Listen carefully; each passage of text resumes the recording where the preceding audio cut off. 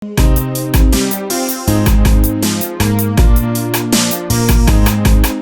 sikoyo tonyopam. Biso tonyopama. Biso tonyopama likola kokumbisaka bino. Bino bodamaka na ba palais sikoyo botondi na ba provision ba petit peuple ba nyopama. Mama. Ndewe bazawa bazonyopama. Ozomona? Bazoteka boye.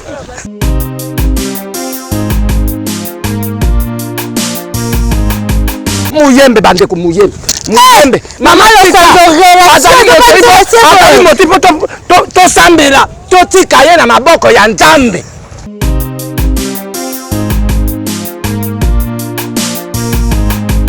Bato balingi unité te na milieu na biso ba artiste ezali Masumu de Brende na Bodo na Elombe nde bango sokola ndai même fiso ça sabi même poli.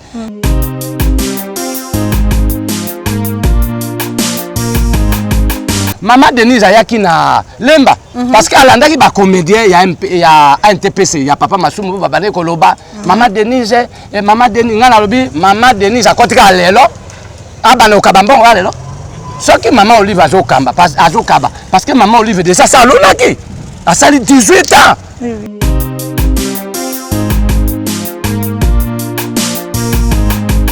Bon comédien on a ba poisonaki soki ba poisonner ba comédien mais ba bana ngai est-ce comédien abandi okufa lelo.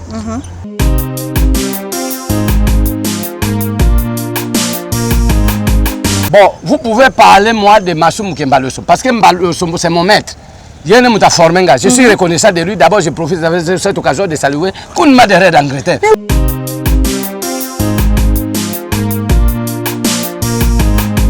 Bonjour, Badlandinio, surtout ya Matabisi TV. Nous avons vraiment un présenter bino émission de biso ya mon collègue. J'espère que vous avez bien na bandaku, vous avez na biso. Bino batu boza la poto na bamboka bapaya. Vraiment, vous avez un moment de stress. Biso remonte au tin de la bino de l'actualité. Ça la rabino bien, bolanda rabiso. To me la bino ba news quoi. Tout ça la bino ba bien à parler. Les lots vraiment, tous un artiste comédien moko. Oh boye bi esamba liboso to yembe awa na kati ya Matabisi TV na kombo ya Losanzo. Bonjour maman Losanzo. Bonjour la grande dame, la maman qui fait la fierté de parité dans la communication du monde.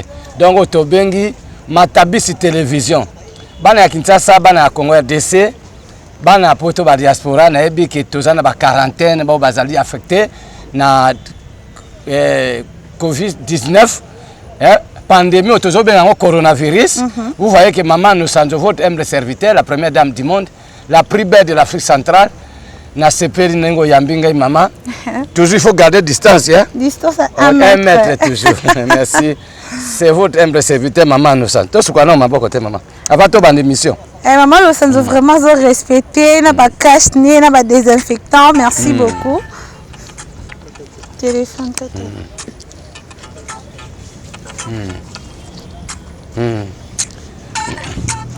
Bande konazo sa émission Ok, na rappelo ok. Maman Losanzo Boni. Malamu la grande dame maman Myriam comment on peut ça Myriam Kulu. Famille Kulu. Ngala ngaobenga na kombo Nkulu. Myriam Nkulu mama na CP na mona ka na TV. Confinement les kandenge nyinyi pana yo? Non, maman. Nzamba lobi Mi batela, ngai na batela molimo. C'est ça Dieu, lui-même est le créateur de ce monde. Parce que moi je suis chrétien et je crains beaucoup Dieu. Je suis fils de Dieu. Donc mon Dieu c'est Seigneur Jésus de Nazareth.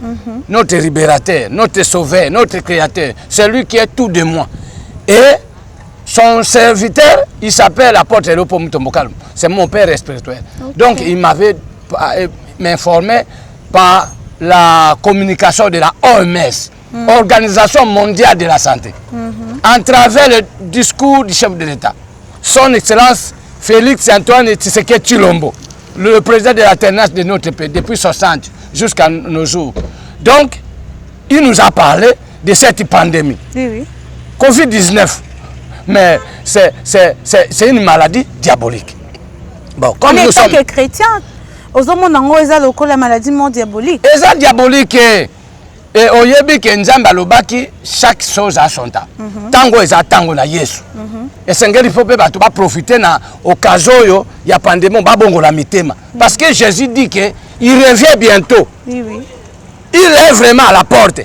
Donc c'est comme ça que je profite avec cette occasion de dire à passer un message à toutes les fans de Matabishi TV. À nos fans qui me suivent en travers le monde. Oui, oui. Je réponds au nom de Maman Anno-Sandro, la première du monde.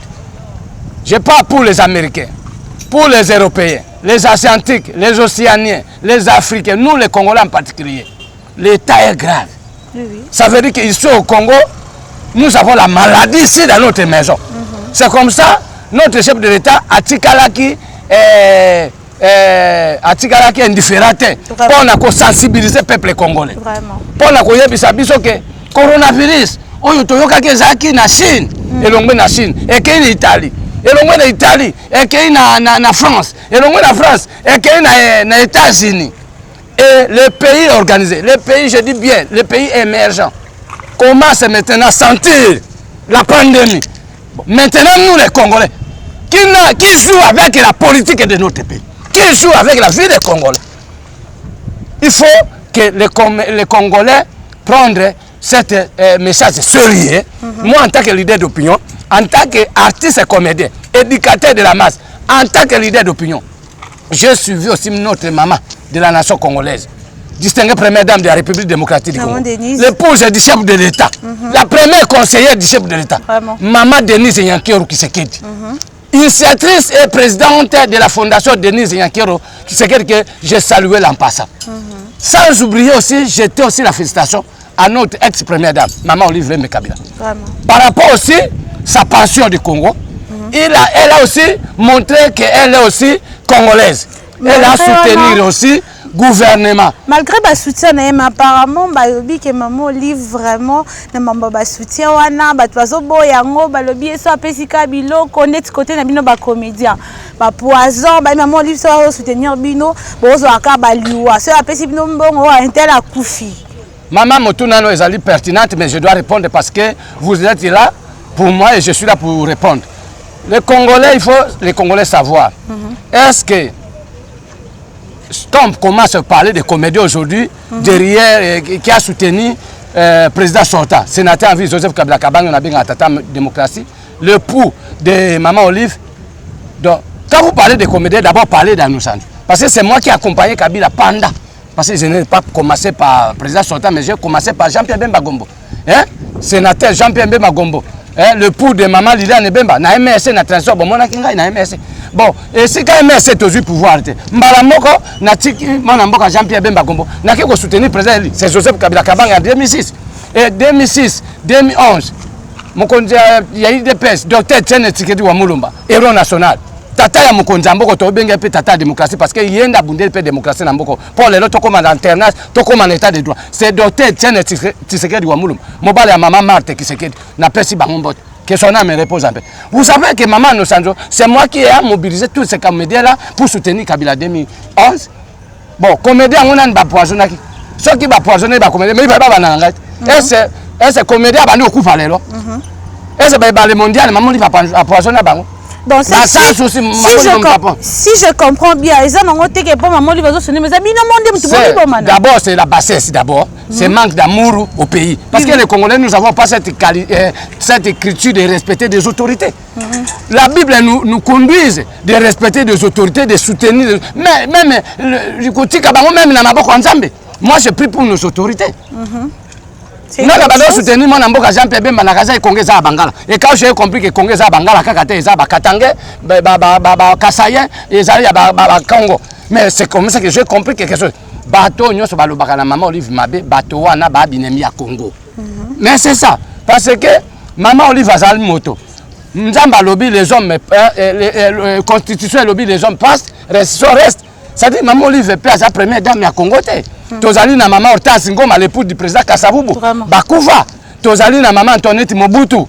Na mobali na Joseph Désiré Mobutu. Bakuva. Maman Bobila Dawazali. Tozali na Maman Sifa Mahania. Mobali na papa soldat du peuple jamais trahi le Congo. Mouzé Kabila. Akuva. Les autres Tozali na Joseph Kabila Kabange. Mandat na aussi là. Tout le monde qui le 24 janvier 2019, j'étais aussi présent. On a parlé de la nation. C'est besoin de courage à affronter. Besoin de courage. On a affronter le coronavirus. Mais je ne perds pas. Je tata nangai apporte le pomme tomboka lumba ibisaki biso ba chrétien to longo la kobang. Je perds qui? Pour parler bien de Kabila, ça veut dire que j'aime pas qui c'est qui dit président Fati. Non. Président Félix Antoine Tshisekedi, c'est notre chef de l'État. Il est élu par le peuple congolais. D'accord. Ngai na soutenu qui candidature, il y a candidature, il y a PPRD. C'est mon amboka SP, il y a PPRD.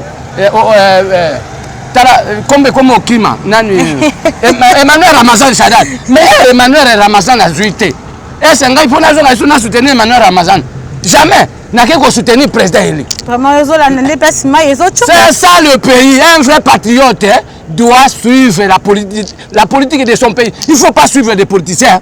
Parce que les politiciens, même tout ce que vous voyez comme les diabolisations. Chaque diabolisation, il y a un intérêt quelconque derrière. Moi, je ne peux pas être emballé par les gens qui n'ont pas des ambitions. Aujourd'hui,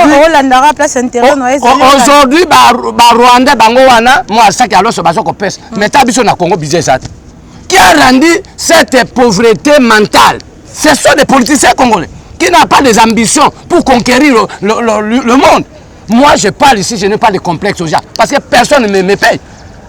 Quel politicien qui a créé une industrie de cinéma ici au Congo pour que moi je commence à bénéficier même un petit cachet. C'est tout ce cachet où on produit des artistes dans notre pays. Juste de saluer l'initiative et la détermination du chef de l'État de notre pays. Okay, merci, en tant que fils de Tiane Tshisekedi Wamulumba, dans son 100 jours, j'ai vu comment il a donné autant de millions pour construire une grande salle de spectacle. Ici, c'est la phase de parler du peuple. Et c'est une chose à féliciter. Dans son 100 jours, il a donné la gratuité. Et c'est ce qui a lobby, on a pu perdre Bayininga. On a trahi Ribango. Mais on a soutenu Kabila, il était au pouvoir. Kabila Mandé, il a soutenu le président Félix, il a commis traite. Il a souffert. Il a souffert. Mais Fimbo, et ça veut dire que maman Olive a dit modèle pour Namboka Nabiso, puis maman Denise Azali distingué première dame Namboka, puis Azali na monté maman Bete pour maman Olive. Pour maman Denise Alobaki, unité. À 5 unités. Voilà. Maman Olive, c'est normal, Aza présidente, il y a la fondation initiative prise. Le est très important.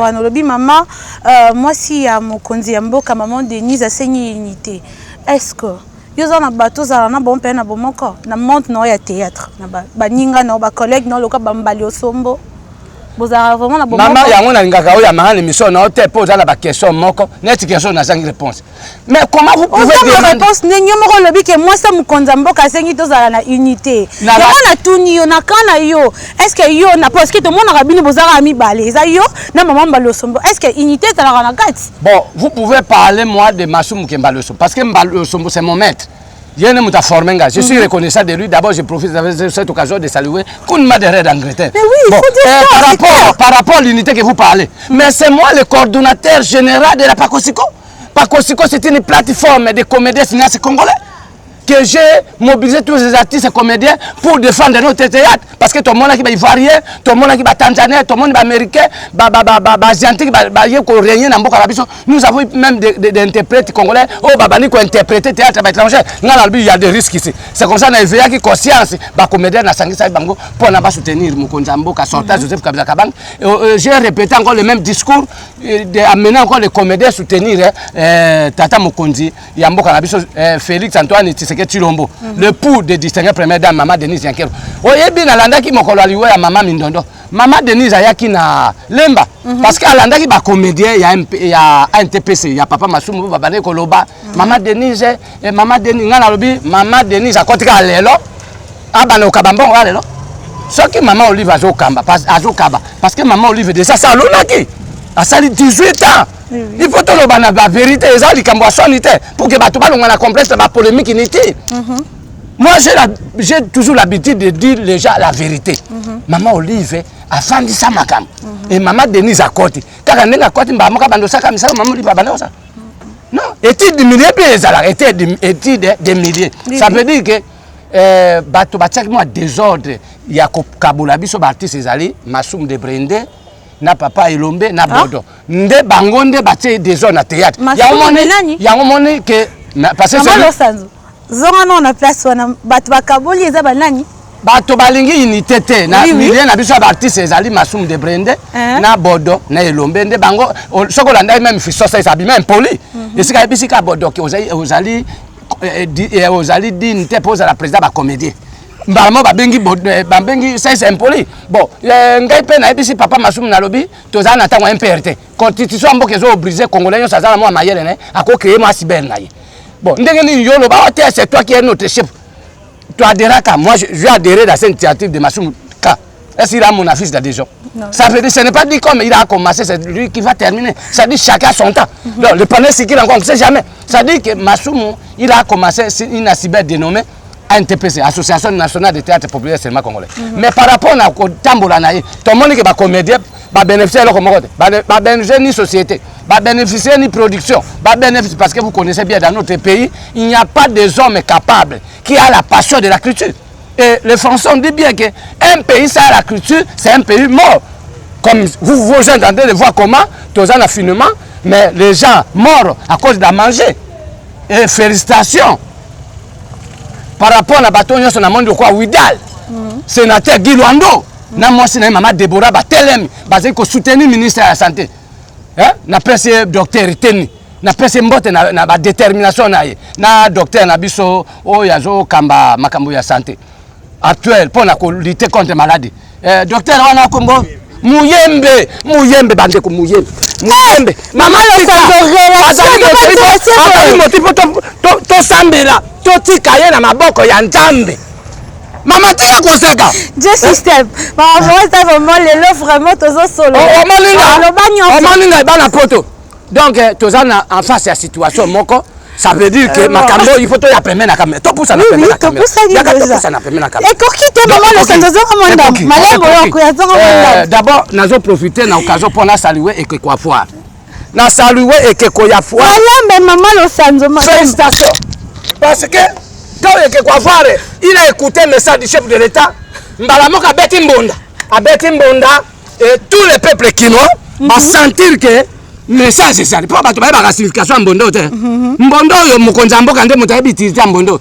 Soit que quoi faire là, ici Mbonda, économie en Bokazani. Et puis, tu as dit au contraire, ils allaient économie en Boka. Il y a un monde qui a pillé foire.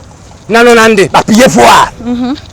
Kaka pour la discours ba politicien ba plier foire pour na aucun discours les autres tambola na ba congolais na baluka zonga malembe mama il faut supporter les bana poto na biki ba vandi wana ba oyo bazaki na mibali bandumba na momo saki ndumba bimat na ngako ozala ba yo moto mesala basi mi ba misato bimat tali coach ozamona tatika le ki abana mibali vraiment ba to musu ba ni olinga mibali ya bato. On m'a dit qu'on est au sakana coronavirus. Coronavirus, c'est Kindumba. Et aussi, on est fidèle. Moi, la mobile, nous avons mon thème na coronavirus. T'as les pas jamais ça les alacataires. Oui, oui. Mais que deuxième bureau, bah moi la makambo. Bah moi makambo. Pe mi balo babala kite bah moi makambo na bango. Bah yo kango. Bazangi moto. Moi solitaire maloko pomme de terre, c'est bon yo comment là ngaku ndeko na moi si maintenant. Kwa mbeto. Le problème est ça, les alliés. Maman, la première dame, a eu 5 qui papa Masumu, to sangana. Pour bango une association, biso peut une association. Mais bango baboy to sangana. Ouais, puis que même maman me baboy to sangana, baboy bo sangana pour une raison. Non, pour une raison parce que bango balingi Coca-Cola ngai. Balobe angala na carrière te, na œuvre te. O na tanga te. Bande ko nzamba sala mokilo ya tanga. Ko fa yembango. Et c'est kotanga ça synonyme ya ko zamayet. Hein? Et bien, batangi na ina wana me basisi me ba komi kao ba oye beloko ba osala te. Mais ngai oyo naza ko défendre culture ya Congo. Et c'est nena lati boye naza artiste te bande. Bon pour être artiste il faut faire quoi? Et là on dit au bord de sala ko ngana ko sala te. Vraiment. Et là on dit le lomba sala ko ngana ko sala te parce qu'il est maître des droits. Non, d'abord maître Lombi il doit respecter Conseil national des avocats. Sinon pas on va détruire. On va pris-le. Alors qu'ils ont besoin français. Oui. Mais l'ingala na défendre. Na peine avocat nangai. Guy Luando a coûté parce que je suis membre de Ouidal. pour elomba lobaki il a tangi droit à koluka to samba na ye na likambo ngana na raison oyokaki affaire basaki réunion na bango ezalaki idée ya Bobo président ya Bomoko donc pour association Bobo Manoka comment créer pe boule na ye pour ngale mo na pesi bango courage les comédiens les comédiens ne parlent pas on se connaît ici nous sommes à Kinshasa. Moi quand même je ne suis pas venu ici, je suis quand même revenant, je viens de la province de l'Équateur parce que né mongo basango so bali fikiri sa ko kinyo mama Judith Ngoma esika so bozo ko landanga na ebi ke boza na confinement na Gombe déjà komi bongo biso na lemba nde toza wa papa lobaki to bimate ngai na obima papa mbate yo oyebi ke moni passe pour ngai ce n'est pas facile hein? Et vous avez vu comment j'interviens le pays. Je n'ai pas de problème entre papa Massoumé Kosso, mais j'ai besoin de l'unité. Pour je suis contre na audience oyo bango bakende ko senge pa ya mama ayambi bango distinguer première dame ayambi bango mais na yo on a une invitation maman Denise ayambi ba comédien ayambi majorité ka ba Congo na ba Congo. Oh mama Denise ayambaki ba Congo na ba Congo. Ayambi Massoum de Brende mo Congo, Elombe mo Congo, Yandi Mos mo Congo, Muyombe Gauche mo Congo, c'est mo Congo, mais après tous les comédiens congolais sont pas seulement de ba Congo. Ça c'est donné, c'est parce que maman ça maman bisonos. Et maman bengi ba comédien. Il faut pas jouer dans jeu politique. Moi je pas avec une notable de l'Équateur. C'est ça. Et so be pesa mo Congo hein. Ayamba ki pesa so ba ça ka mo Congo. Yango na maman Denise ata ayambi bango. Aza mama biso pe ko yamba biso. Maman Denise biso pe to sengo dias. O yamba pe biso. Vraiment. Donc biga lo bezate po bango ba comme maman na loko ba komi na PK comme ba yambi bango pa mama yamboka ça dit bango ne ba meilleur. Na bango ba meilleur te. Na kati are mokola zakate mona muka zakate. Nous tous nous sommes des artistes. L'artiste n'a pas de sexe. Il faut pas se tromper. Il faut respecter aussi votre déontologie. Voilà. Des droits. Si c'est à vous maintenant de choisir théâtre ou bien avocat. Si vous avez un avocat, vous avez un avocat. Si vous avez un théâtre, vous avez un théâtre. Moi, je n'ai pas la honte pour parler à la personne parce que moi, quand tu appelles ça, je dis parler à la tongue. Motonio, c'est ça, responsable de la famille. Vraiment. Ici au Congo, c'est comme ça. D'accord. Maman Losanzo, na monyo mati penza, hein? Na komo kita siko, na komo kita. Kita malembe maman za kimia. Na komi mako kita, po na linga mana pumbuka. Oh, mais la vie ça sort. Tala bato mosusu. Ofandi na oliete otondite ozala confirma mbamoko yo loba ano sanjo to sambane. Yo za ba avocat osambana. Ngala na ba avocat. C'est bien Jésus côté là. Mais to fanda. To sukula maboko. To sukula maboko. Po ba ebisa biso ofando lobi ma 3 minutes. Omode to ba boya ma ezot mana munoko. Soki mama za ate opesa. Ngasonga na ate. Bipoto sani. To sukola maboko. Mais comme elango te po ba mususu na okina maluku ba omela. Ba omela. Ba omela. Ba mususu na idiot fa ba zo melango. Comme la te. Il faut pas boire ça, c'est interdit. D'abord ceux qui sont babé yango des effets au sukoli bo. Au sukoli maboko. Nde nazala na osukola. Na osukola maboko na ngai. O wana sika na osabo. Na oseperisa nzambe. Yosika na osabo na oseperisa mokonza mboka. Do message ya mokonza mboka ekomi. Bato mususu ba te. Biso toza bato Kabila, toza bato président Félix. Président Félix n'a pas de frontières. C'est lui là le gala de la nation. Le commandant suprême de l'armée, la police nationale. Kabila doit respecter la constitution. Il a respecté. Il a remis le pouvoir au peuple. Le peuple congolais a choisi son président. Aujourd'hui, nous avons un nouveau président de la République, c'est Félix Antoine Tshisekedi Tshilombo. L'homme qui a un bateau de changement. Un homme qui a un bateau de droit. On doit demander à ministre, à PDG. Il y a un bino qui m'a camoué à l'époque à Kabila. Azano ya makambo mara masali mais net ko kanga ba ministre ba député ba bugumesa kangate mais qui se keda okanga. Bon c'est quoi état de droit ni bolingo. On va combattre ti wabi. Voilà. Vrai combattant c'est président Félix parce que Bundaki pour qu'il a ce pouvoir. Si vous avez fait combattre il faut za lokola ngo vers na président Félix. Ata oza mutu apepede onga mutu apepede mutu Kabila. So oza mutu Kabila solo, il faut za na président Félix.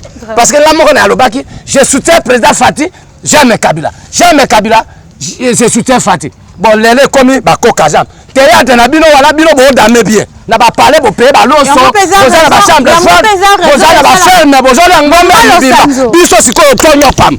Biso tonyo pama. Biso tonyo pama likola ko kumisa kabino, bino bo dama kala ba parler sikoyo bo tondi na ba provision, ba petit peuple ba nyo kwa makabo. Mama. Ndero bazalo bazo nyo kwa. Ozomona. Bazo teka boye. Ozamona, ndenge bato ba débrouiller boye, baza ba eba ni kutu na mboko te, mais ce sont des Congolais. Oui, oui. Tu vois? À cause de vous. Hein? Maman, le temps, c'est le temps. Nous parlons, nous profitons de cette occasion de pandémie de coronavirus pour passer un message à nos autorités. Hein? Qui n'a pas la maturité politique. Et vous commencez à critiquer parce que nous ne savons pas de qualité académique. C'est quelle bassesse? On va maintenant commencer. Pillage. Pillage, motako pillage zate. Parce que nous sommes en économie. Ceux qui te pillent, te pillent à fois. Te pillent à général moteur. Parce que c'est que vous pillez dans la mboka. Bon, maintenant, on parle de pillage. Ça, c'est les politiciens qui n'ont pas souci de ce pays. Parce qu'on continue à rendre petit peuple au passe. Mais ceux qui te copient, il faut copier, parler à député, ministre, président, parti politique. C'est ça. Parce que, non,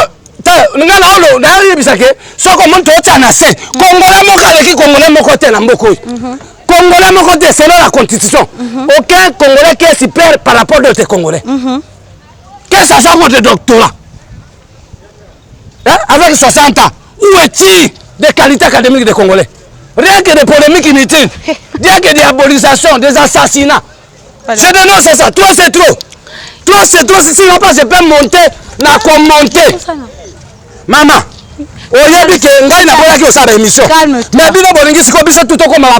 calme-toi, maman. Qui ça n'a monté, maman, le sang. Toyoki. Message doit nous passer au coma. Dans Balobi, aux qualité, aux diplôme, t'es sous quoi ma boko? Balobi, aux diplôme. Ma boko, elle aime savon. Elle aime maille. Et donc, on a pesé car ma boko n'est pas. Comment elle dit, oh, ma boko, maman, on a bien relié. Et l'autre côté, maman. Même ma boko, il y a un souko, le simbi, foufou, zate. Vous n'avez qu'à quitter un accord, maman. Là, on va pas trop. Mais attends, artiste, c'est bazar wapi. Donc, depuis Babanda qui m'a cambo, tout le monde a besoin qu'il n'y ait qu'à côté moko. Donc, on va prendre la montagne, il faut qu'à confie. Il faut qu'à ça, il faut. Non, biso tout, tout ça, bateau. Ministère est capable de faire biso tout. Si biso ba moyen conséquent to mobiliser population. Bon on a besoin de la Banque mondiale. Bon on a besoin de le gouvernement. Ba nani ba bénéficier nango. Parce que les acides ba docteur. Et acidaté. Donc Moussa il fait ça il mandé Sengeli. Oui. Azaka président IDP cité. Azaka président ya coalition KKT. Azaka président ya ceux qui cachent, NTFCC, société, non, à la présent, il y a des Congolais, pour battre Mouzou, il y a des cash, il y a des FCC. Qu'est-ce que nous gagnons avec ça? Maman le Sanzo. Il n'y a rien. Nous ne bénéficions rien par rapport à tous ces coalitions. Il n'y a rien. Maman le Sanzo, calme-toi. Mais toi, tu as une émission. Tu comme déjà recommandé. Maman, tu comme déjà cochité na fin émission, na biso kosili kabo été. Kitsa no motema. Kita motema message au passé et kokoma na mato ya bakondi ba retrouver solution. Bango basi bakoma ya bango bakondi mo ko ba rambo ata ba yo ki ba mona ke importance à maloba peuple. Mais je suis désolé avec bakondi. Émission Silmer. Émission. Et oui, voilà. Ce n'est pas possible. Ce n'est pas possible. C'est impossible de répondre toujours avec des questions parce que je ne sais pas quand. Madame, quand tu as une émission. Oui, normalement. Maman, imaginez le lobby confirmement. Tous en a pas parlé. Mais quand il pas chèque député, il ne pas sénateur. Bango ba ça provision na bango na alimentation. Ngai na za observatoire petit peuple. Bango ba lingi biso tout comme le lemba lemba. Au moins lemba lemba bando profiter honorable lemba lemba, abando profiter also le babola nzo na le banane. Elle va élire na banane ba comme député. Mais na ti comme ata mobola moko a comme député. On dit ça, il faut dénoncer toutes ces histoires. Donc le Congo a grandi. On ne peut pas continuer d'embrasser ou bien d'applaudir. Donc nous sommes désolés, un pays comme le Congo. Le pays comme le Congo, c'est 80 fois Belgique. Que le Congo présente l'humanité. Nous avons toutes les sortes de richesses. Mais c'est déplorable. C'est déplorable. Voilà. Mais félicitations. Avec beaucoup de références, félicitations, Nabaton Nyoso, Bazo Rendre Mboka la biso na passe. Bako Futa. Celui qui tire par l'épée, il mourra par l'épée. Maman le Sanzo. Merci beaucoup. Voilà, merci beaucoup, Maman Losanzo. Comme nous avons déjà coché. Non, parce que au moment où vient l'embalemba molé à lobby, c'est un homme intelligent. Au contraire, c'est un profiteur. C'est un profiteur. Il y a le baba vérité, le baba vérité. Parce que Moutayo tire Moutayo Zate. Il y a mon année député. Il y a mon député. Mon année, moi aussi député. Moi aussi côté député. On a babola. Bande on a babola. Exploitation de l'homme à l'homme. Nous sommes arrivés à la hauteur de la chair. Il faut que tout dénoncer. C'est le temps que les Congolais prennent la conscience. Bachène. Bachène. Au moment de Bozawako, Motako c'est sous-binoté. Bon, ça m'brouille dans ma partie politique. Et là, que était. Coup des années, mon bongo. Tout ça, sur la BSE, il y a Batoya, Baya, Kabaye, Bisakabino, c'est là. Non, nous dépendons que du chef de l'État. Il y a voté. Mon Totokolo, que ça, le président Félix, Antoine Tshisekedi Tshilombo. Au PPD, au Palou, au MRC, au IDPS, au FONIS, au INC, au MPR, au César boutique à chinois. Aujourd'hui, biloko on attend le mouké mais là que ça on a garantie. On a tiré alors on besoin nini et koufi. Moi je parle comme ça parce que je suis congolais et j'aime mon pays et il faut savoir aussi nous les Bamans on parle pas de rire de dos hein. Biso le bakana mu nanoko nano bakana sima mutu te biso le bakana liboso ya mutu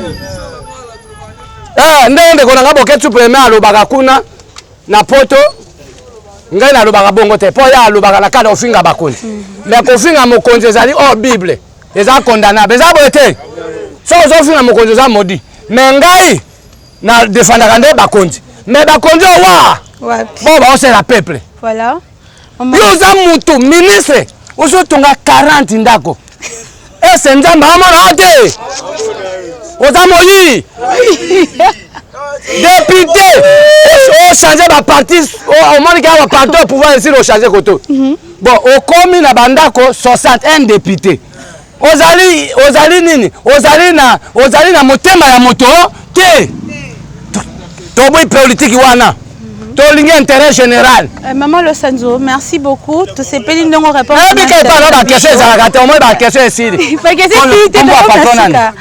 Madame Cynthia Kampache. Kampache Cynthia, moi c'est kitoko.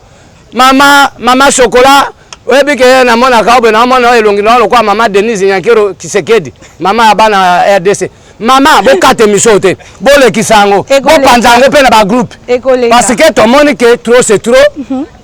Toyoki soni bande toyoki soni te mboka lokola Congo RDC mais tozozanga budget pona ko combattre maladie oyo bozoka oui nyoso wana na mutu ya Kiseke au contraire Kiseke d'akoti kaka inane aosala nini 60 ans ya indépendance Congo tozozo ata 50 milliards un petit comme Angola un peu comme Uganda bazobimisa ba milliards pona balite contre maladie mais biso toaka na 2 millions de dollars. Ça c'est pour jouer avec la nation congolaise. Moi je ne peux pas accepter cette bassesse. Voilà. Je ne peux pas accepter cette manque d'amour à la nation. Et Dieu condamne ça. Et Motonio ça derrière ma camboy. Alors ça va ventir. Akokufa na corona ekola naye. Ekola na peli bota naye. Mais pour la biso petit peuple, ekozo biso tozaka 20 ka abonné mokonza mboka lobaki. Biso toko déborder te. Biso tozo tambola na biloko na biso ka lele mokonza mboka alobaki. Mais tolingi to mona te au député mokaleka. Quel député qui peut sortir aujourd'hui pour défendre le peuple congolais par rapport soyi babimisa yata 10 millions de dollars.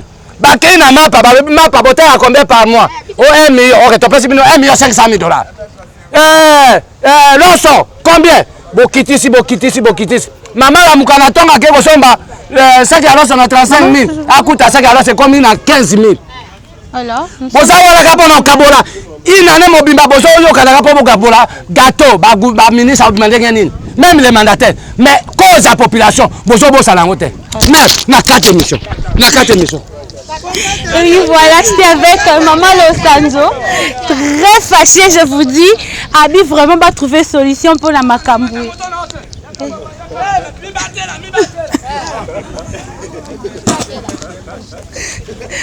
Alors, merci beaucoup, cher Internet. Émission Bozeraki à Moyo. J'étais avec l'artiste comédien Maman Losanzo. Après 6 messages, mon réseau efficace. On a la réponse. M'appelle Nabino, soutien et ça là vraiment bien. Je dis merci à Cynthia Kapache, merci pour la chance. Je dis merci à Joe Mystique derrière la caméra. Je dis bonjour à Rosia Koukelouki, là mon ami. Je dis bonjour à tout le monde, tous mes abonnés de Matabisi TV. Je vous dis bonjour et puis on se retrouve prochainement. Merci.